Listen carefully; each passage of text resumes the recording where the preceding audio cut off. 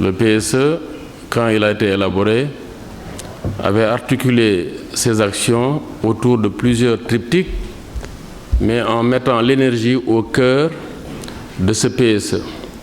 Puisque vous l'avez dit, aucun pays dans le monde ne peut se développer sans avoir une énergie suffisante, une énergie de qualité, une énergie qui est partout, mais surtout une énergie au moindre coût accessible aux populations les plus démunies. Quand vous faites le tour du monde, vous verrez qu'aujourd'hui, tous les pays sont en train de changer de fusil d'épaule. Naguère, l'électricité était produite à partir du charbon, quelquefois à partir du fioul, et chez les pays les plus nantis avec le nucléaire. Mais force est de constater qu'aujourd'hui, tout le monde voudrait consommer de l'énergie propre.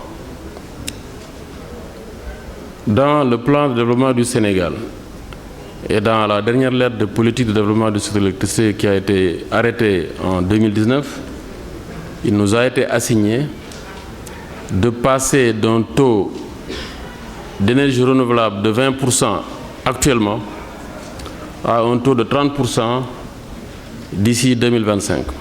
Cela veut dire que nous devons renforcer notre programme d'investissement en matière d'énergie propre. Notre pays ambitionne d'ici 2035, par exemple sur le secteur du pétrole et du gaz, que 50% de ce qui est fait soit fait par les Sénégalais.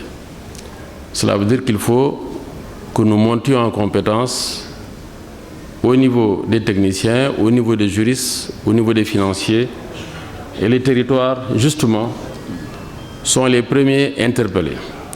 Parce que rien ne se fera dans ce pays sans la participation de tous. Je voudrais terminer par là, féliciter les organisateurs, féliciter l'ARD pour avoir décentralisé, puisque tout le temps, tout se passe dans la capitale. Pour avoir invité des experts nationaux, des universités, des acteurs, des élus locaux pour venir partager leur savoir-faire, puisque le meilleur benchmark se passe dans notre pays. Et enfin, pour avoir choisi un sujet d'actualité et un sujet d'avenir. Ce pays se fera par les fils de ce pays, il se fera par nous-mêmes, et donc nous sommes tous appelés à nous cindre les reins comme des soldats pour travailler la main, dans la concertation, en sachant que c'est dans la patience et dans le travail que nous atteindrons l'émergence et le développement auquel nous aspirons tous.